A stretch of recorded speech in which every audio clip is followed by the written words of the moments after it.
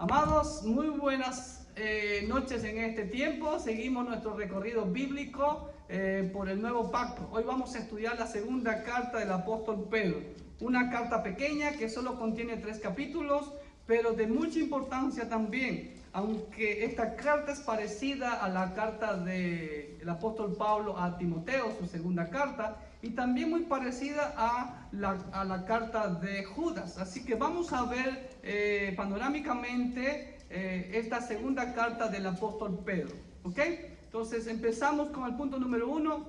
A pesar de la afirmación de que Pedro fue el autor de esta carta que le encontramos en el primer versículo, la mayoría de los eruditos modernos niegan la autoría del apóstol Pedro. Bueno, como ya hemos estudiado, la crítica moderna siempre anda buscando cosas para poder refutar. Pero el primer versículo de esta segunda carta de Pedro dice claramente: Simón Pedro, siervo y apóstol de Jesucristo.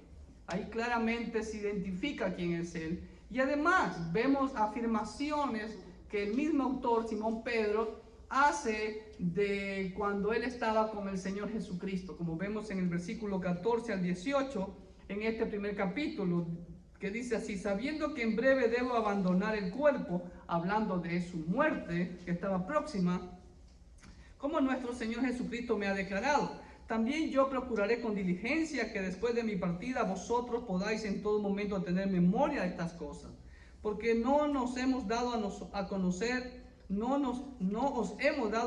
el poder y la venida de nuestro Señor Jesucristo siguiendo fábulas artificiosas, sino como habiendo visto con nuestros propios ojos su majestad. Pablo está recordando el momento de la transfiguración de nuestro Señor. ¿Ok?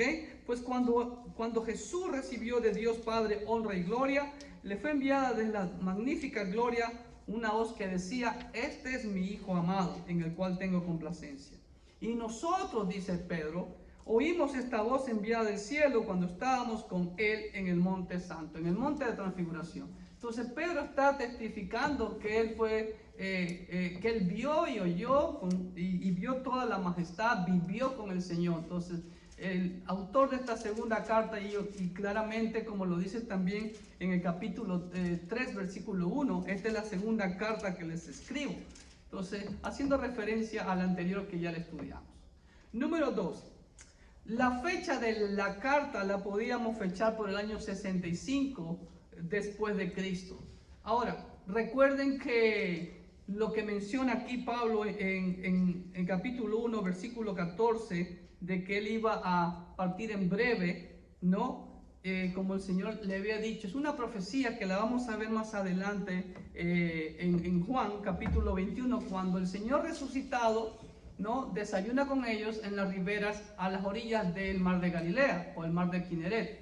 Entonces ahí el Señor le pregunta 3 veces a Pedro: Pedro, ¿me amas? Y Pedro responde: Señor, tú sabes que te amo, apacienta mis ovejas, cuida mis ovejas, ¿no? Y de ahí le dice el Señor, le profetiza de qué muerte él iba a tener, ¿no? Que iba a ser guiado por un lazarillo, porque cuando él iba a ser viejo, pues no iba a poder caminar por sí mismo.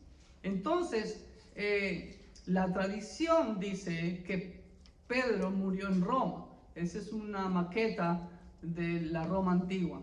Entonces, sí, si Pedro murió en Roma, como lo dice la tradición, ¿ok?, entonces podemos concluir que la fecha en la que él escribió esta segunda carta fue antes del 65 después de Cristo.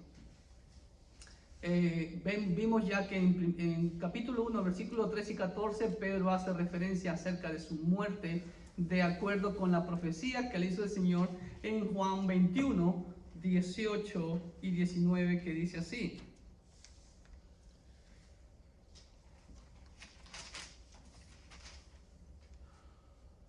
de cierto te digo, cuando eras más joven te ceñías e ibas a donde querías, mas cuando ya seas viejo, extenderás tus manos y te ceñirá otro, y te llevará a donde no quieras. Esto dijo dando a entender con qué muerte había de glorificar a Dios, y dicho esto, añadió: sígueme. Entonces el Señor le profetizó acerca de su muerte, y como dice la tradición, pues él murió en Roma crucificado, y según la tradición dice que Pedro pidió que lo crucificaran al revés, porque no era digno de morir como murió su Señor, nuestro Señor Jesucristo. Entonces podemos concluir que Pedro escribió esta carta desde Roma. Como lo dije al principio, esta epístola, al igual que la segunda carta del apóstol Pablo a Timoteo, ¿sí? A su derecha tienen a Pedro, a su izquierda tienen a Pablo. Es una ilustración que bajé del internet, muy buenas por cierto, ¿no? Entonces, estas cartas tienen muchas similitudes, tienen algunas similitudes en común. Por ejemplo, que ambos, la segunda carta del apóstol Pablo a Timoteo, le escribe a su hijo en la fe, estando a punto del martirio. E igualmente aquí Pedro está escribiendo esta carta dando a entender que estaba a punto de ser martirizado también, como lo dice 1:14. Dice, sabiendo que en breve debo abandonar el cuerpo, como nuestro Señor Jesucristo me ha declarado.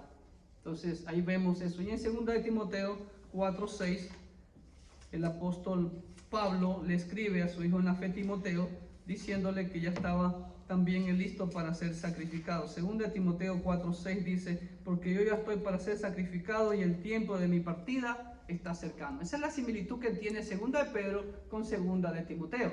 Número 4. Esta carta, al igual que 2 de Timoteo, también otro parecido, tiene un tono de gozo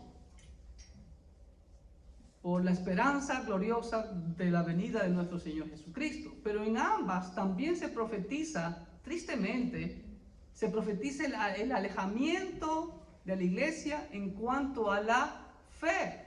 ¿Qué sucederá en los últimos días, en los postreros días?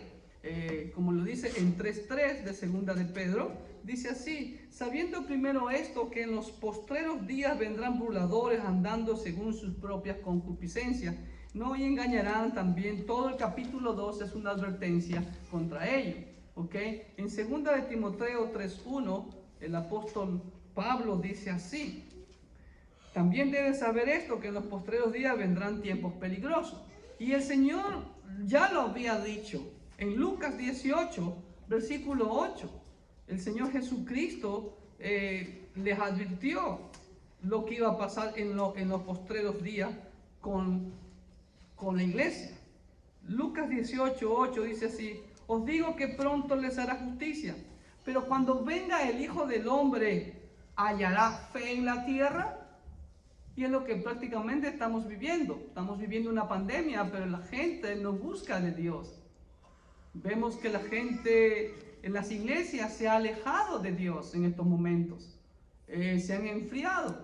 Entonces, es cumplimiento profético, pero siempre va a haber un remanente fiel. Número 5. ¿Cuál es el tema central de esta carta? El tema central de esta carta es el de exhortar, amado hermano, como toda la Biblia. Exhortar y estimular a los cristianos a que maduren espiritualmente. No estar ociosos, sino productivos para el Señor. Y para que esto suceda, ¿qué tenemos que hacer? ¿Cómo vamos a estar productivos?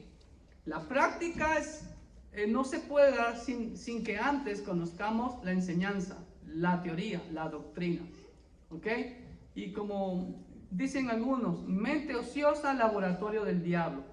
Entonces, Pedro nos insta, nos exhorta, tanto al inicio de su carta y al final de su carta, a alcanzar la madurez. Y eso significa llevar frutos para el Señor, ¿ok?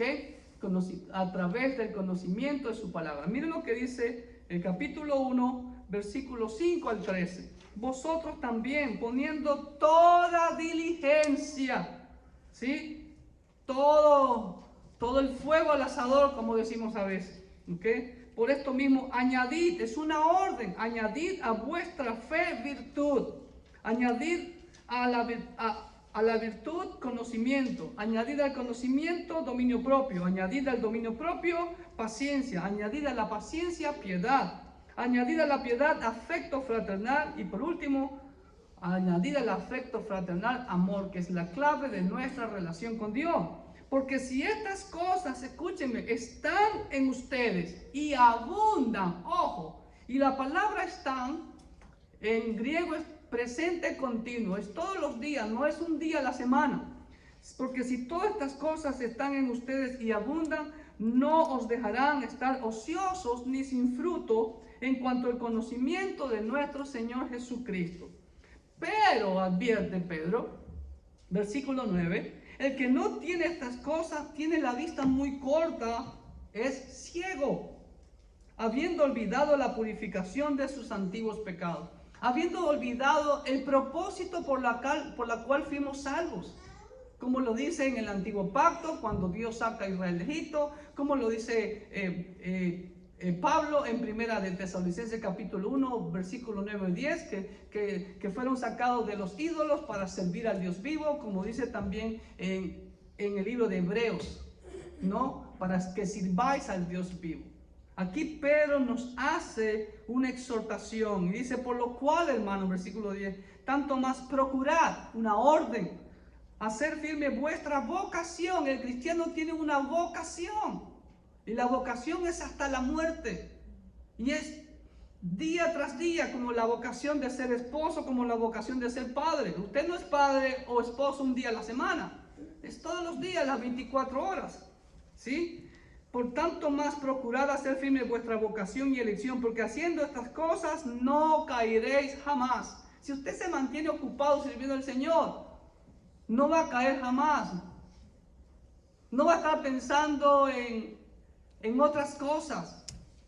Pero cuando la gente está ociosa, comienza a alucinar y que nadie lo quiere, que esto, que lo otro, comienza, en vez de ser de bendición, va a ser de tropiezo. Pedro nos exhorta a tener cuidado de eso. Mire lo que dice el versículo 19 también. Tenemos también la palabra profética más segura, la cual hacéis bien en estar atentos como una antorcha que alumbra en lugar oscuro. Escuche bien, hasta que el día esclarezca y el lucero de la mañana salga en vuestros corazones. ¿Saben quién es el lucero de la mañana? Cristo Jesús. ¿Qué es lo que quiere decir? Que mi vida tiene que reflejar a Cristo Jesús. Eso es ser cristiano. Lo mismo que dice Pablo, lo mismo que dice la Biblia entera. Si somos hijos de Dios, tenemos que reflejar a Dios con nuestra manera de vivir. Capítulo 3, 1 y 2, mire lo que dice también Pedro. Amados, esta es la segunda carta que os escribo, y en ambas despierto con exhortación vuestro limpio entendimiento, para que tengáis memoria de las palabras que antes han sido dichas por los santos profetas, y del mandamiento del Señor y Salvador dado por vuestros apóstoles. Para que tengan memoria, no se olviden, amados hermanos, no se olviden por qué somos salvos, no se olviden que ser cristiano es ser como Cristo. Eso es día tras día. Ser cristiano es hacer la voluntad de Dios, hacer lo que Cristo vino a hacer, soportar toda oposición, predicar la palabra, hacer la voluntad del Padre, deshacer las obras del diablo, andar en santidad, siempre bendiciendo y siendo instrumento de salvación a las personas. Amén. En versículo 14 de este capítulo 3 también dice, por lo cual oh amados, estando en espera de estas cosas, procurad, otra orden, procurad con diligencia ser hallados por Cristo sin mancha e irreprensibles y en paz. Y los dos últimos versículos de esta carta sigue Pedro exhortando, diciendo, así que vosotros, oh amados, sabiéndolo de antemano, guardaos, otro imperativo, guardaos, no sea que arrastrados por el error de los inicuos, caigáis de vuestra firmeza. Ese es el anhelo de Pedro, ese es el anhelo del Señor, ese es el anhelo de este siervo, que no caigan de su firmeza. Antes bien, otra orden, crecer, presente, continuo, imperativo, constante, día tras día en la gracia y el conocimiento de nuestro Señor y Salvador Jesucristo. Entonces, este es el tema principal de esta segunda carta. Número 6. La relación de esta epístola con la carta de Judas es muy interesante, porque en ambas cartas denuncian a los falsos maestros y lo hacen en un lenguaje muy parecido, de donde encontramos mínimo 9 paralelismos entre ambos. ¿Qué significa eso? Si usted compara el pequeño libro de Judas, que lo vamos a estudiar más adelante, ¿sí?, que prácticamente es un solo capítulo, que consta prácticamente de, siempre me olvido cuántos versículos son poquitos, son 25 versículos, ¿sí ven? Pero de los 25 versículos que tiene Judas, hay mínimo 9 referencias o paralelismo con esta segunda carta de Pedro. En pocas palabras, lo que dice Judas lo dice Pedro, o viceversa. ¿Ok? Número 7. La principal razón del apóstol Pedro al escribir esta carta, aunque los destinatarios pueden ser los mismos de la primera carta a todos los expatriados, pero en general es para toda la iglesia. Pedro les escribe, ¿sí? Porque estaba preocupado por la presencia de falsos maestros dentro de la iglesia. Que esos falsos maestros no se sometían a las autoridades espirituales. Miren lo que dice en el capítulo 2, versículos 10b al 12. Dice así: atrevidos y contumaces, no temen decir mal de las potestades superiores, mientras que los ángeles, que son mayores en fuerza y en potencia, no pronuncian juicio de maldición contra ellas delante del Señor. Pero estos falsos maestros, hablando mal de cosas que no entienden, ojo lo que dice Pedro, wow, como animales irracionales. Mire cómo lo compara Pedro, ¿ok? Nacidos para presa y destrucción, perecerán en su propia perdición. Entonces, habían esos falsos maestros. Estaban dentro de la iglesia. Eran líderes, como podemos decir hoy en día. ¿Ok? Pero estaban haciendo daño a la iglesia. Cometían toda clase de pecados de la carne. Pedro sigue diciendo, recibiendo el galardón de su injusticia, ya que tienen por delicia el gozar de deleites cada día. Estos son inmundicias y manchas. Pedro, al igual que Pablo, no anda mandando indirectas. Siempre lo he dicho, la Biblia no manda indirectas, la Biblia es directa. Juan el Bautista le dijo a Herodes que era adúltero. Jesús le decía a los fariseos, hipócritas, sepulcros blanqueados. Pero hoy en día nos asumimos de una falsa espiritualidad y dejamos que todas las cosas pasen, y por eso hoy en día vemos la apostasía y tanta división en la iglesia. Y lo que hace, como dice aquí mismo Pedro, hace daño al testimonio del cristianismo y por ende al reino del Señor. Estos falsos profetas tomaban la gracia como pretexto para dar rienda suelta a su libertinaje. Versículos 19 y 20 del capítulo 2, miren lo que dice.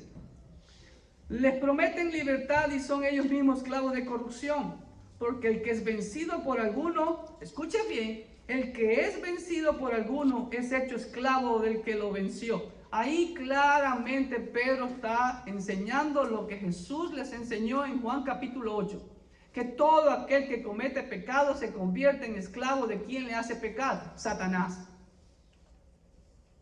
Y como dice 1 Juan 5:19, el mundo entero está bajo el poder del maligno, porque Satanás es el que tienta a las personas, y si cae en el anzuelo de Satanás, viene a ser esclavo de Satanás.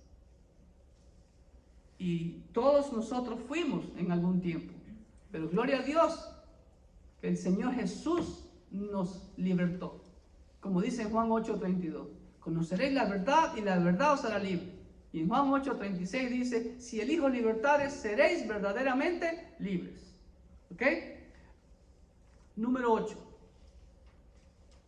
Pedro realza nuestra comprensión de la escatología. Aquí ya Pedro entra en otro ambiente, en todo, mayormente en el capítulo 3. ¿Ok? Realza la escatología bíblica a través de su enseñanza positiva acerca del día del Señor, en donde vemos que este mundo, hermanos queridos, nos guste o no nos guste, y la gente que tanto miedo tiene, este mundo ya no va a ser destruido con diluvio como el Señor lo prometió, pero va a ser destruido por fuego. Pero Dios hará cielos nuevos y tierra nueva. Esa es la expresión de gozo que mencioné hace un momento, igual que Pablo, ¿sí? Claro, para el impío es terror, pero para nosotros es gozo. Miren lo que dice los versículos 7 al 13 de capítulo 3. Pero los cielos y la tierra que existen ahora están reservados por la misma palabra, guardados para el fuego en el día del juicio y de la perdición de los hombres impíos. Mas, oh amados, no ignoréis esto, que para con el Señor es un día, que un día es como 1000 años y 1000 años como un día. Y eso, lo que está diciendo Pedro, está afirmando lo que dice el Salmo 90, versículo 4.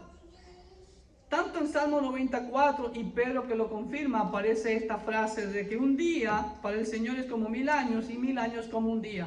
Y algunos estudiosos han dado una postura con respecto a esto, diciendo que en base a este versículo, el Señor vendrá cuando la humanidad cumpla 6000 años. Y de acuerdo a los cálculos desde la creación de Adán hasta el día de hoy, algunos dicen que ya hemos superado los 6000 años, pero Israel dice que todavía no. En Israel creo que están en el año 5781, si no me falla la memoria.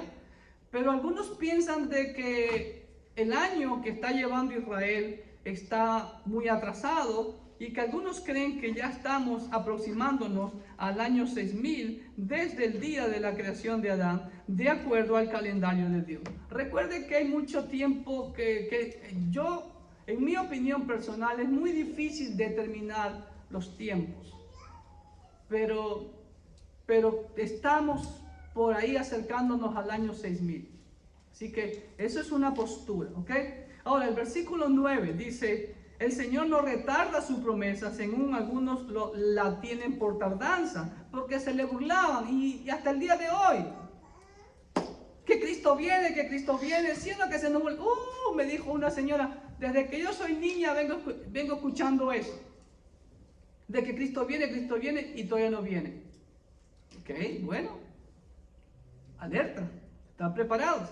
El Señor no retarda su promesa, según algunos la tienen por tardanza, sino que vemos la misericordia y la paciencia de Dios. Dice que es paciente para con nosotros, no queriendo que ninguno muera, ninguno perezca, sino que todos procedan al arrepentimiento. Wow, ese es el deseo de nuestro Señor, y también lo dice en Timoteo, que eso es bueno y agradable, que el Señor quiere que todos sean salvos. ¿Ok?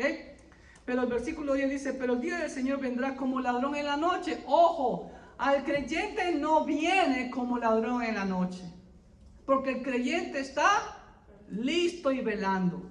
A los impíos le va a caer la venida del Señor como ladrón en la noche.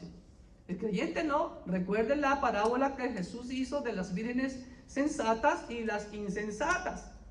Así que el verdadero cristiano está con la lámpara llena de aceite. Amén. Así que, en el cual dice: los cielos pasarán con gran estruendo, y los elementos ardiendo serán deshechos, y la tierra y las obras que en ella hay serán quemadas. Puesto que todas estas cosas han de ser deshechas, ¿cómo no debéis vosotros andar en santa y piadosa manera de vivir, esperando y apresurándonos para la venida del día de Dios, en el cual los cielos encendiéndose serán deshechos, y los elementos siendo quemados se fundirán? Pero nosotros, ahí viene el pero, ahí viene para nosotros el remanente, esperamos según Él sus promesas, cielos nuevos y tierra nueva, en los cuales mora la justicia. ¿Se dan cuenta? Por lo cual, oh amado, estando en espera de estas cosas, procurad con diligencia ser hallados por Él sin mancha. ¿Qué quiere decir Pedro? Este mundo va a ser destruido. No va a quedar nada de este mundo. ¿Por qué te afanas por este mundo? ¿Ok? Y vemos que todo esto prácticamente lo vemos en Isaías 65, 17, y claro, en Apocalipsis también, la creación de cielos nuevos y tierra nueva. Veamos lo que nos dice el profeta Isaías, capítulo 65, versículo 17. Aquí vamos a comprobar lo que siempre hemos aprendido, de que prácticamente el 75% del nuevo pacto menciona al antiguo pacto.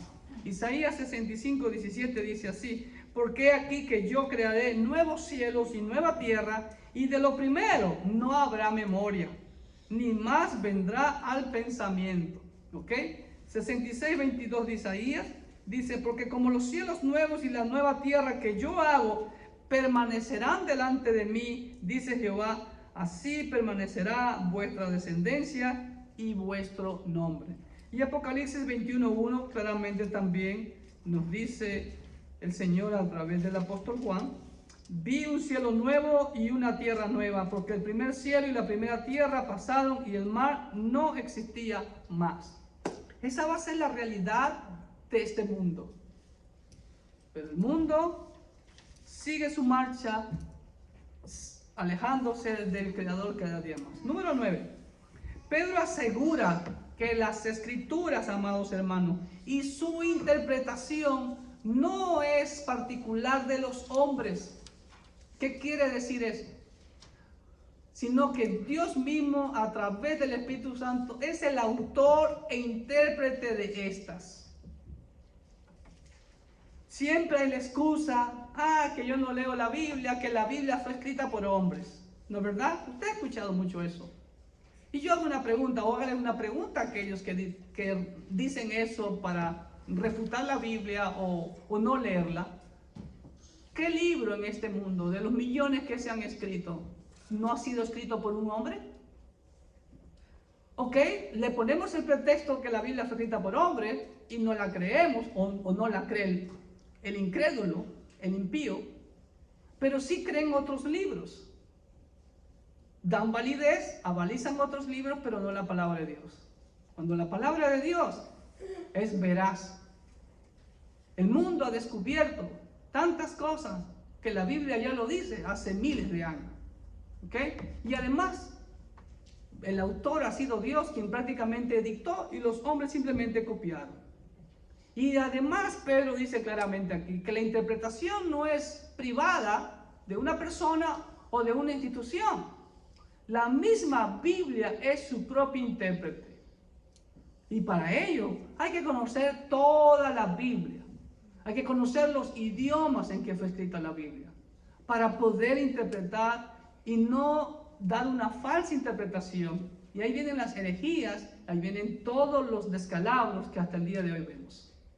Por eso, la urgencia remanente de Dios, la urgencia de escudriñar la Biblia. Si usted no estudia la Biblia, Dios guarde, como dicen por ahí.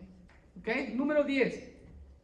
Pedro afirma y confirma a Pablo y su teología de todas sus cartas. Miren lo que dice el capítulo 3, versículo 15 y 16.